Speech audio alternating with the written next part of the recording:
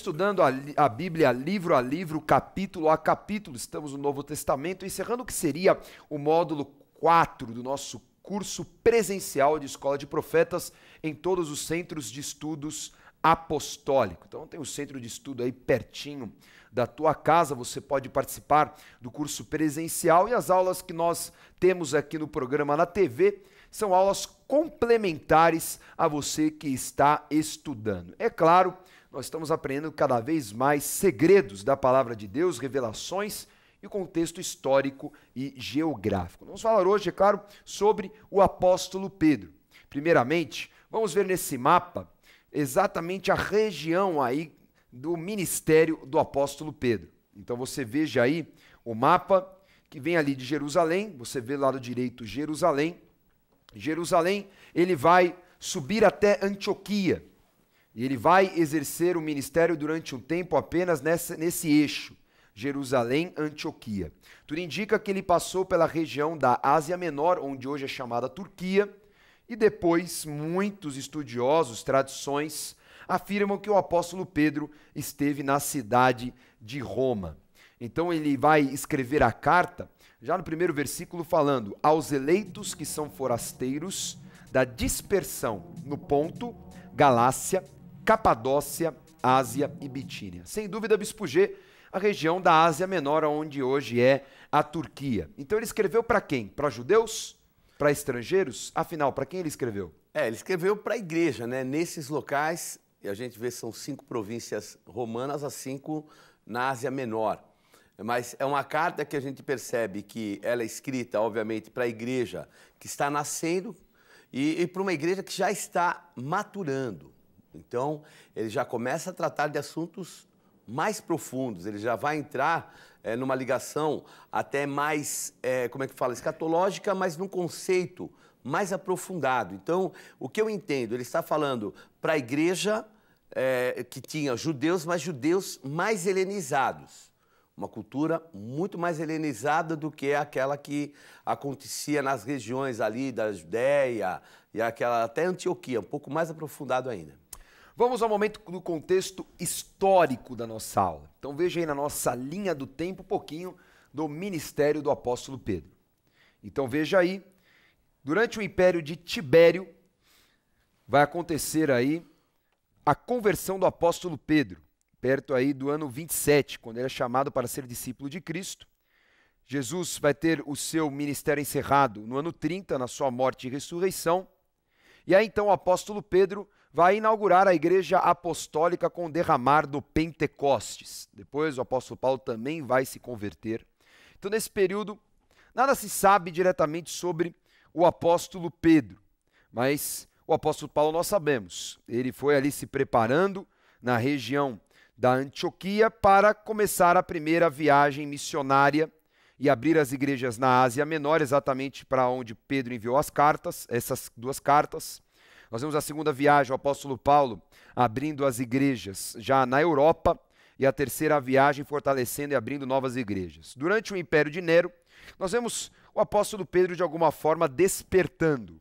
Então, na 4ª viagem missionária de Paulo, Paulo vai parar em Roma, e a tradição acredita que Pedro também foi para Roma, que a tal da Babilônia, nós vamos falar sobre isso, seria referência a Roma. Então, no ano 67, a tradição acredita que Paulo e Pedro foram martirizados. E a destruição de Jerusalém aconteceu por volta de 3 anos depois. Perfeito? Seria o ano 70. Então, Bispo G, essa Babilônia que ele afirma, ele fala assim no versículo 13 do capítulo 5. Aquele que se encontra em Babilônia vos saúda como igualmente o meu filho Marcos. Então, Marcos é aquele João Marcos, lembram? Né, que acompanhou aí Barnabé. Era sobrinho de Barnabé, Bispo G? Sobrinho de Barnabé. Sobrinho de Barnabé, né? Filho de Maria. Filho de Maria. Aquele que deixou Paulo no meio da primeira viagem missionária e se tornou o motivo de uma contenda, vamos colocar assim, né? Mas uma contenda que se tornou positiva, né? Porque o apóstolo Paulo quebrou, vamos dizer assim, a parceria com Barnabé, foi com Silvano ou Silas, que é exatamente quem escreveu a carta, auxiliou a escrita da carta de Pedro, pregaram o evangelho ali na região da Ásia e da Europa, na segunda viagem missionária.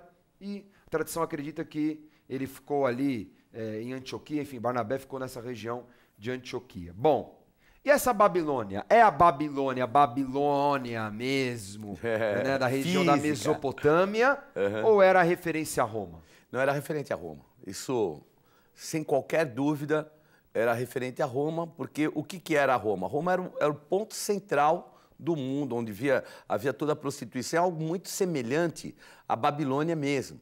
Porque a Babilônia, em termos de expressão, naquele momento histórico, era nenhum. Nenhum. Então, o domínio romano não alcançava, entre aspas, a Babilônia. Tanto, é um fato, porque havia todo um outro domínio no Oriente, os partas já estavam começando uma outra sucessão, já estava totalmente diferente essa parte mais extrema do Oriente do que aquilo que acontecia em Roma. Então, a Babilônia citada é Roma, é a cidade capital do Império Romano. O versículo 12 do capítulo 5 afirma que foi Silvano que escreveu, né? Então, aliás, também resumidamente, 5 capítulos. Foi mais resumido que a carta aos Hebreus. Sem dúvida. Né? Mas, Silvano, e sem dúvida, a linguagem, é difícil o apóstolo Pedro ter uma linguagem tão assim, apurada. Elaborada, para escrever uma carta, que é uma carta com uma escrita complexa. Né? Assim, uma coisa interessante, Dani, nessa carta é que ela não é uma carta com muito conteúdo de conhecimento bíblico, assim, profundo. Não é uma carta aos Hebreus, não é uma carta a Roma, né, com mais embasamento histórico. Ela é muito aprofundada espiritualmente. Ela tem consciência espiritual que só alguém que andou com Jesus teria. Isso não tenha dúvida alguma. Né? Só alguém que andou com Jesus teria consciência espiritual das coisas que coloca aqui. Mas percebemos que não é alguém que é um teólogo, entre aspas.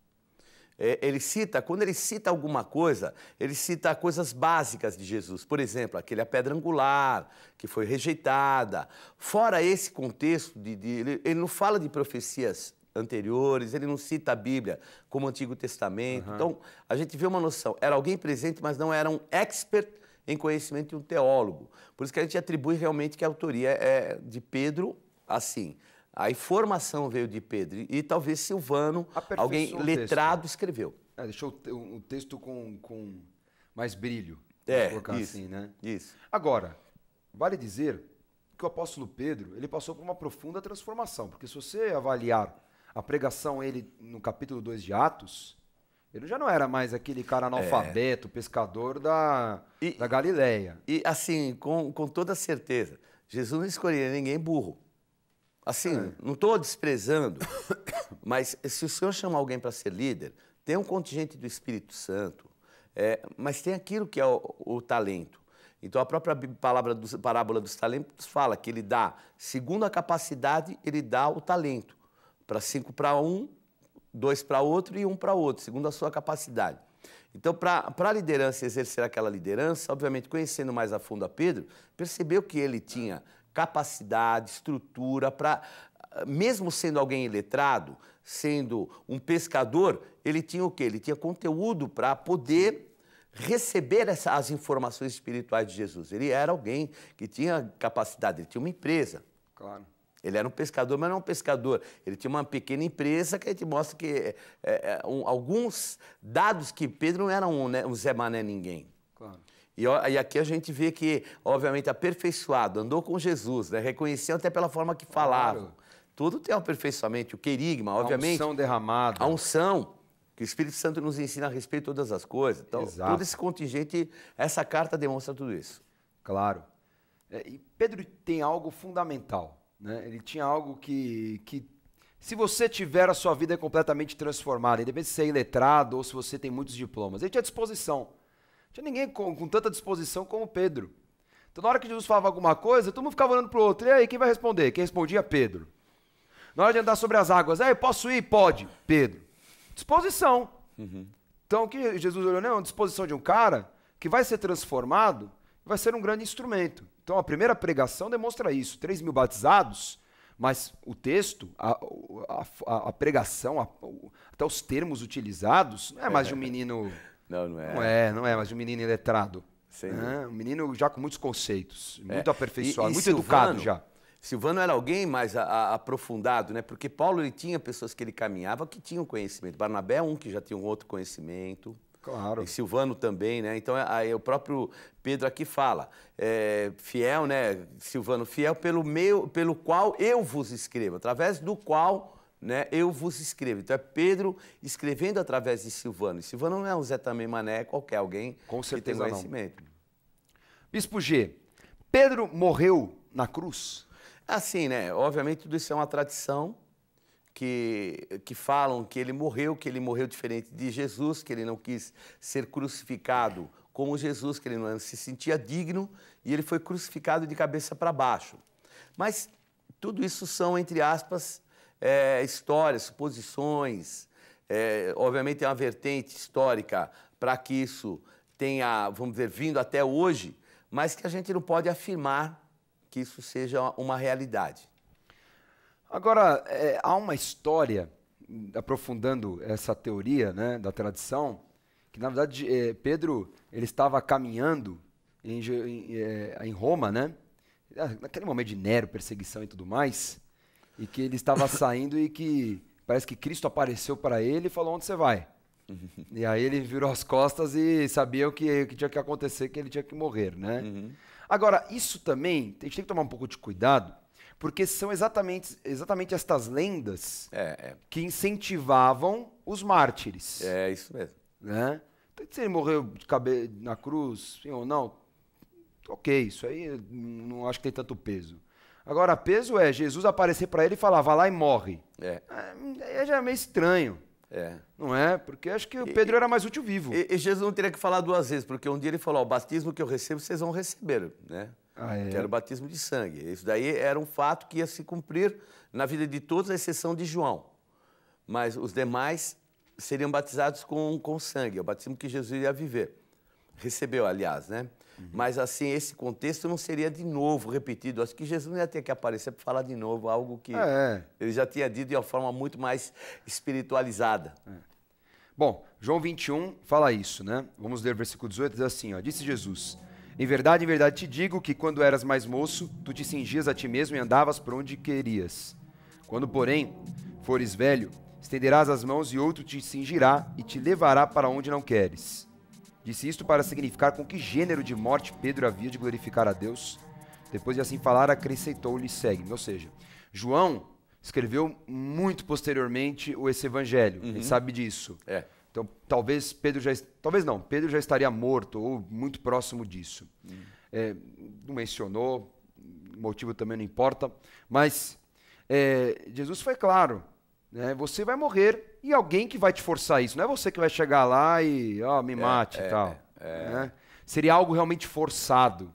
E faz sentido em virtude da perseguição de Nero. Só voltando, o motivo que Nero perseguiu, o que aconteceu? Nero, por uma questão muito simples de manipulação, vamos colocar assim, do seu poder em Roma, ele queria construir uma nova Roma. Então, para construir uma nova Roma, ele colocou um incêndio na cidade. Né? E aí ele tinha que acusar alguém. Aí ele acusou os cristãos e começou a perseguir os cristãos, falando que foram eles que... Então é exatamente essa história que é contada. E realmente, ele perseguiu, né? Colocava cristãos para serem consumidos pelo fogo no seu próprio jardim, como se fossem lustres, lamparinas. Então era um cara completamente maluco, né? Então, Paulo passou, com certeza, né, nas mãos dele, morreu, e Pedro, possivelmente. Muito bem. Então, vamos começar a estudar a carta de Pedro. Vamos, então, ler o capítulo 1. Vamos lá. Nisso exultais, embora, no presente, por breve tempo, se necessário, sejais contristados por várias provações, para que, uma vez confirmado o valor da vossa fé, muito mais preciosa do que o ouro perecível, mesmo apurado por fogo, redunde em louvor, glória e honra na revelação de Jesus Cristo, obtendo o fim da vossa fé, a salvação da vossa alma. Segundo é santo aquele que vos chamou.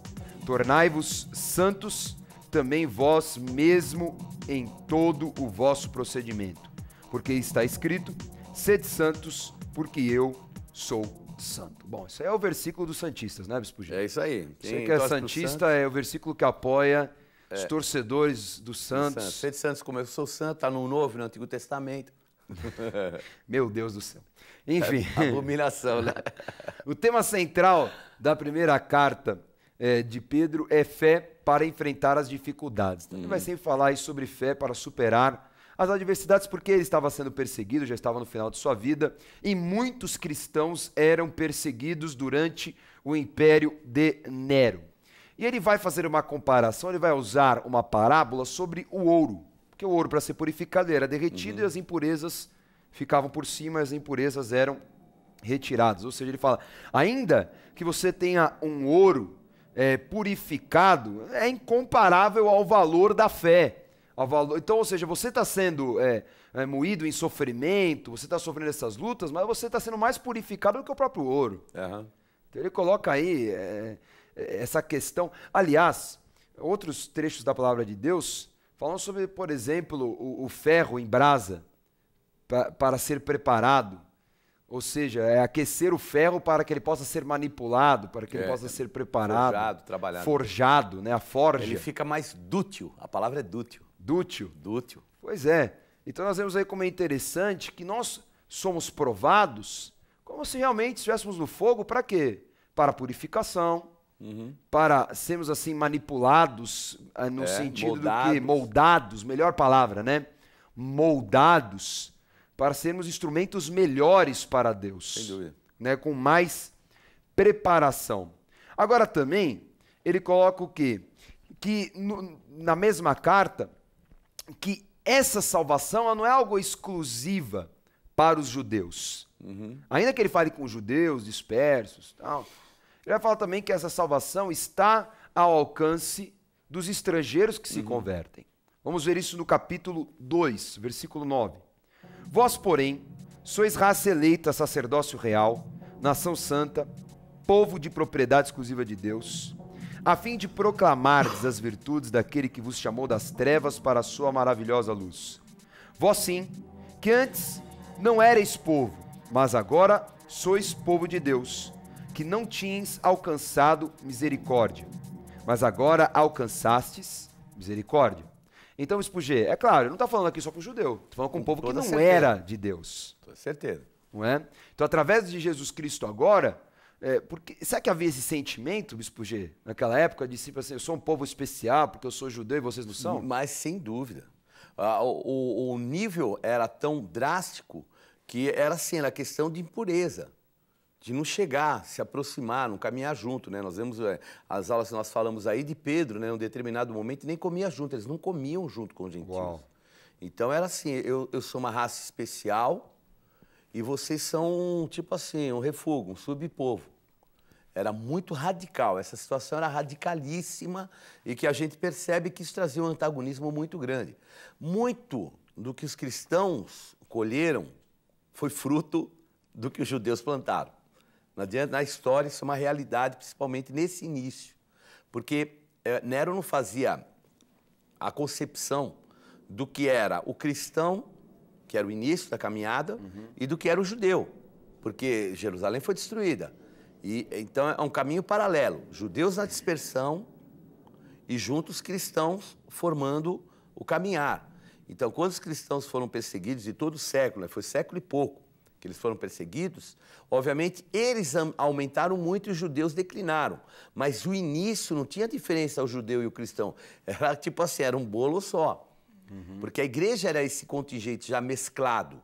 E muitos gregos, romanos assumindo, principalmente nessa região, que era a região da Ásia Menor. Muitos temas Pedro vai abordar aqui. Por exemplo, a gente vai falar hoje sobre submissão, casamento, enfim. Também ele vai tratar de assuntos de preparação para a volta de Cristo, né? É claro, não que ele está falando agora, Jesus vai voltar logo, mas querendo dizer assim, ó, vocês precisam estar preparados, né? Vocês precisam estar como um exemplo, vamos colocar assim, né? Exemplos realmente para toda a sociedade daquilo que é o verdadeiro cristão, né? E esse tema ele já vai abordar, que é um tema polêmico, submissão às autoridades. O apóstolo Paulo já tinha comentado por isso, aliás, o apóstolo Pedro fala sobre isso, olha, atente-se às cartas que o apóstolo Paulo já tinha enviado, e o apóstolo Pedro ele vai se basear sobre alguns assuntos que o próprio apóstolo Paulo escreveu. Se teve contato ou não com a carta, a gente não sabe, mas a gente vê um certo contato, né? Na segunda carta de Pedro, parece muito a carta de Judas em alguns momentos, enfim, eles tinham alguns contatos, vamos colocar assim. Então, vamos ver o capítulo 2, versículo 13, que vai falar sobre isso. Vamos lá. Sujeitai-vos a toda instituição humana por causa do Senhor, quer seja ao rei como soberano, quer às autoridades como enviadas por ele, tanto para castigo dos malfeitores, como para louvor dos que praticam o bem. Porque assim é a vontade de Deus, que pela prática do bem façais emudecer a ignorância dos insensatos, como livres que sois, não usando todavia a liberdade por pretexto da malícia, mas vivendo como servos de Deus. 2 pontos. Submissão a autoridades humanas, ele está falando aqui. É claro, ele pode se referir a Pilatos como Cristo. Agora, Cristo se relacionou com Pilatos, falando, olha, tudo bem, que eu estou debaixo de um plano, estou debaixo de uma missão. Mas você sabe que meu pai tem autoridade. Né? Deixou claro, para te tirar daqui, cara. Quem manda aqui. É, exatamente. Então, mas aqui ele chama a nossa atenção para nós respeitarmos as leis humanas. Agora, respeitar também, Bispo G, sem ferir as leis de Deus. Aqui ele deixa claro, ele respeitar no Senhor. Então ele coloca aqui o termo, né, aqui no versículo 13, sujeitai-vos a toda instituição humana por causa do Senhor. Então, não é por causa da justiça que eles praticam, não é porque eles são pessoas colocadas em grande conceito, Exato. Não é porque eles são autoridades que o povo votou, então porque o povo votou, não é nada disso. O contexto aí da autoridade é por causa do Senhor, para não ferir um princípio espiritual e perder aquilo que chama-se habilitação espiritual. Então, aqui nesse conceito a gente vê já uma ruptura com a igreja judaica, entre aspas, porque esse conceito aqui não é um conceito dos judeus. Os judeus, eles assim, em termos de raça, de povo, estou falando naquela época, não estou falando agora. Se é César, azar de César, o que importa somos nós como povo de Deus. Somos descendência de Abraão e acabou. Por isso que eles admiravam muito os zelotes. Os zelotes matavam os romanos na surdina. Agora aqui a gente vê esse conceito cristão, um conceito muito mais elevado, que tirava aquilo que era a condição da rebeldia por serem um grande povo e colocava o conceito maior por ser um povo do Senhor, com responsabilidade, com maturidade, com entendimento de quem eram, com responsáveis pela salvação. Não à toa que diz aqui, né? Cuidado para a liberdade não ser um pretexto de malícia. Ou seja, tome cuidado com a liberdade. Né? Vocês têm que dar exemplo. Sem dúvida. Muito bem. E vai falar sobre casamento, Bispo G. O capítulo 3 é um capítulo incrível, que fala sobre relação entre o marido e a esposa. Então eu vou ler aqui alguns versículos, né? 1, 6 e o 7. Vamos lá. Mulheres, sede vós igualmente submissas a vosso próprio marido, para que, se ele ainda não obedece à palavra, seja ganho, sem palavra alguma, por meio do procedimento de sua esposa. Como fazia Sara, que obedeceu a Abraão chamando-lhe Senhor, da qual vós vos tornastes filhas, praticando bem e não temendo perturbação alguma. Maridos, vós igualmente vivei a vida comum do lar, com discernimento, e tendo consideração para com a vossa mulher como parte mais frágil, tratai-a com dignidade, porque sois juntamente herdeiros da mesma graça de vida, para que não se interrompam as vossas orações. Meu Deus do céu, Bispo G. Para um mundo que tem tantas feministas né, e tantos machistas, aqui o apóstolo Pedro, né, dá uma bela de uma lição, né? Fala, você que é machista, você tem que tratar a tua mulher como um vaso frágil, como alguém frágil, né? Com dignidade. Pare de agir como um selvagem, não é? E fala para as feministas também o seguinte, ó, Sara chamou Abraão de Senhor. Meu Deus do céu, Bispo G, imagina isso. Ela não era muito hoje. assim no começo, depois aprendeu, né? No começo pode crer, né? Mas, ô Dani, sabe o que é pior? Você pega uma feminista e pega a palavra submissão aqui está colocada aqui, ela vai arrepiar. Porque a palavra ripotasso, ripo, cavalo, que se sujeita à carga, que se coloca embaixo da carga. Então, o cavalo que se coloca embaixo da carga. Meu Deus do céu. É o termo no original grego. Então, o que é a questão da submissão? Você se coloca embaixo daquilo que é o quê? A orientação do marido, tem uma missão, sem dúvida. Estar embaixo, submissão é uma missão. Mas é uma pessoa que se coloca embaixo de uma carga. Não tem um porquê ela não se colocar embaixo dessa carga, aceitar isso. O que não é natural na mulher. Isso é uma dificuldade muito grande, porque a mulher de uma certa forma, ela é mais temperamental que o homem. Então, momentos de crise, tudo, esse lado temperamental dela explode. E aí que ela muitas vezes não se torna submissa. O homem um pouco mais frio, mais racional, mais equilibrado. Mas esse excesso do homem de equilíbrio e o racional fere o outro lado, que é o amar a mulheres e entender que ela é mais frágil do que você, né? Porque o homem, na condição de muito racionalismo, acha que a mulher tem que pensar como ele. Mulher não pensa como homem. Não adianta querer extrair dela aquilo que ela não tem. Então, por isso tem que tratá-la como mais frágil, mesmo nessa condição, muitas vezes, do temperamentalismo dela. E vice-versa, né? A mulher não acha que o homem vai te entender também, porque são posições diferentes. É verdade. Agora, o segredo da concordância é esse, né? Amém. Você ocupa a tua posição, outro ocupa a posição, e né? Cada um ocupando a sua posição e juntos, o negócio funciona. Né? Agora, quando tá cada um para um lado, quando um tá na frente, o outro tá atrás, aí já era. E você vê, né? Aqui quando fala viver a vida comum do lar, porque para o homem é uma coisa difícil, né? A gente, olha só, até pelo fato de a gente ter o dia a dia do trabalho, tudo, chega em casa a gente não quer saber do lar. E aqui é uma ordem, viva a vida comum do lar. Porque a nossa figura, ela é muito importante dentro de casa, né? Eu tenho um comentário rápido, né? O seu irmão, o Rafael, o Rafinha, ele tinha uns 2, 3 anos, nós estávamos no shopping. E ele se afastava correndo e olhava para trás, se afastava correndo. Uma hora ele se afastou muito, eu falei, vamos dar um susto nele? E aí nós corremos por trás de uma coluna e ficamos atrás da coluna. Ele é grudado na mãe, grudado, ama a mãe, abraça. E comigo ele é meio assim, né? Desde pequenininho. Aí, na hora que ele se sentiu sozinho, não achou ninguém, ele dá um grito, ele fala assim, pai! Ele não gritou mãe, ele gritou pai. Que coisa! E eu fiquei surpreso.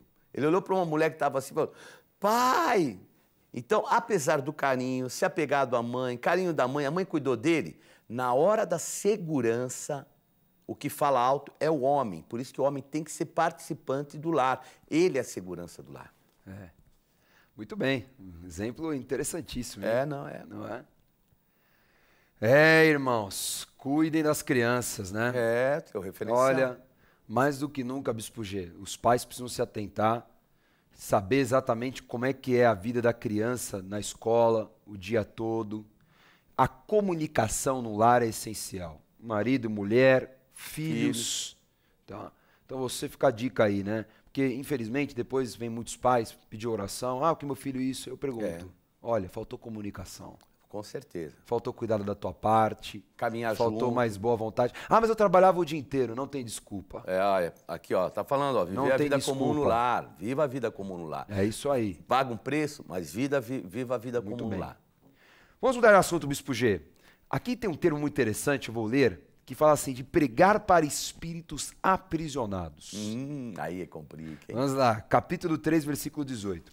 Pois também Cristo morreu uma única vez pelos pecados, o justo pelos injustos, para conduzir-vos a Deus morto, sim, na carne, mas vivificado no Espírito, no qual também foi e pregou aos espíritos em prisão, os quais no outro tempo foram desobedientes quando a longanimidade de Deus aguardava nos dias de Noé, enquanto se preparava a arca, na qual poucos, a saber, 8 pessoas foram salvos através da água, a qual, figurando o batismo, agora também vos salva. O que são esses espíritos em prisão, Bispo? É muito fácil. Como é que pode Jesus Cristo vir para salvar a humanidade e só salvar a humanidade depois de Cristo? Seria injusto, seria ingrato. A lei não salva. A lei era um aio e, desde o início, a lei não salva. A salvação vinha através do Cristo. Então, o Antigo Testamento profetizou a vinda de Cristo. Agora, Jesus vem. E aqueles que morreram? E aqueles que estavam na sepultura, que estavam no Hades, eles estavam presos, cativos do inimigo e da sepultura, termo Hades, inferno. Então nós temos que ter entendimento que Jesus, nos 3 dias de morte dele, quando antes da ressurreição, ele pregou a espíritos em prisão, ele foi e pregou. Inclusive, aqui o escritor, ele coloca, né, Pedro coloca aqui que ele pregou, inclusive, para aqueles da época de Noé, até antes de Noé.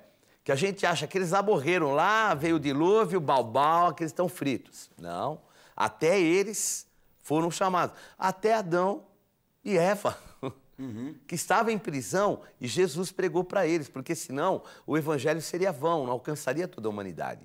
Então é essa figura que é colocada, vai ser reforçado na segunda carta de Pedro. Ele vai dar um detalhe mais importante sobre isso, mas vamos tratar depois. Próxima aula.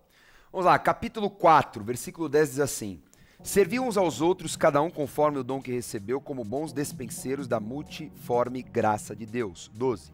Amados, não estranheis o fogo ardente que surge no meio de vós, destinado a provar-vos, como se alguma coisa extraordinária vos estivesse acontecendo.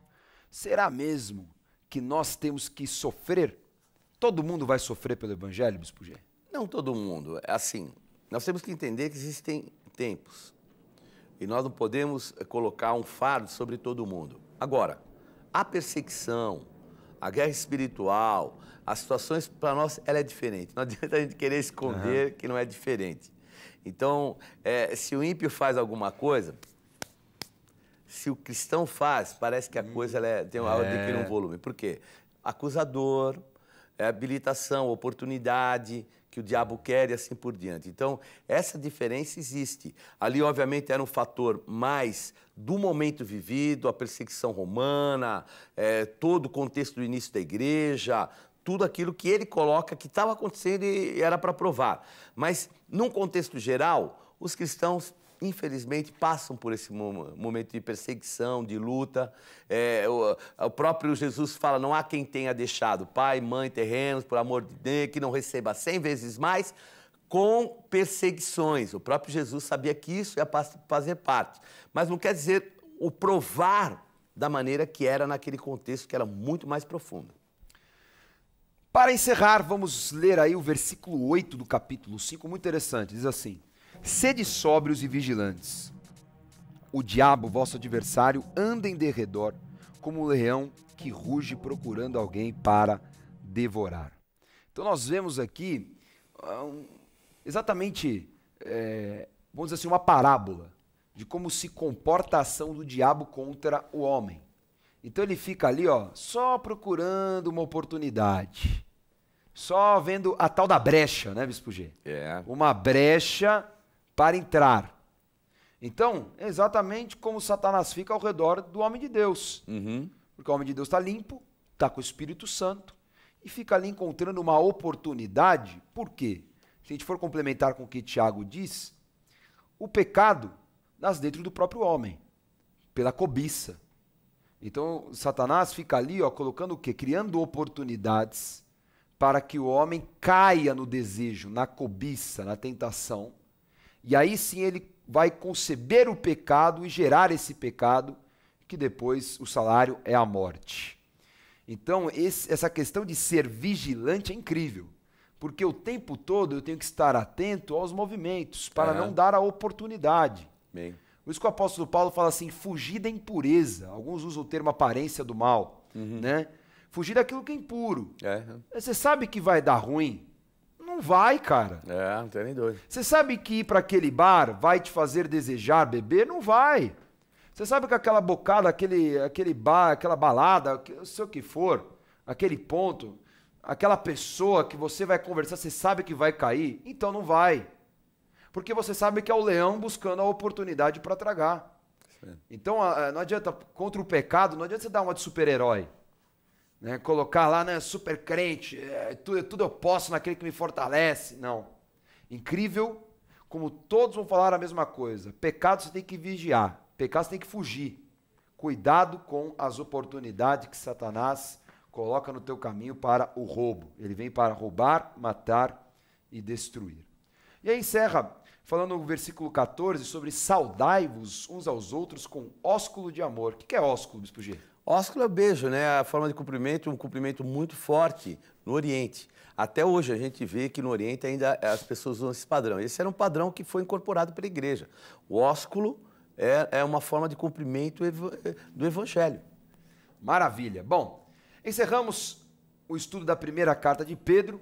Vamos à revisão. Estudamos a primeira carta de Pedro, escrita com auxílio de Silvano, nos últimos dias do apóstolo Pedro, antes do seu possível martírio. Pedro escreveu a todos os cristãos dispersos pelo Império Romano, principalmente as igrejas na Turquia. O tema central da carta é a fé para suportar a perseguição e as dificuldades. Pedro exorta ao relacionamento de santidade, submissão às autoridades, casamento ajustado e vitória contra as tentações. Tome nota da agenda do programa Escola de Profetas. Não perca a oportunidade de se aperfeiçoar mais no conhecimento da Palavra de Deus e desenvolver seu ministério. Participe dos cursos do Centro de Estudos Apostólico. Para mais informações, acesse ceaapostólico.com.br ou entre em contato pelo telefone 11 3203 0641.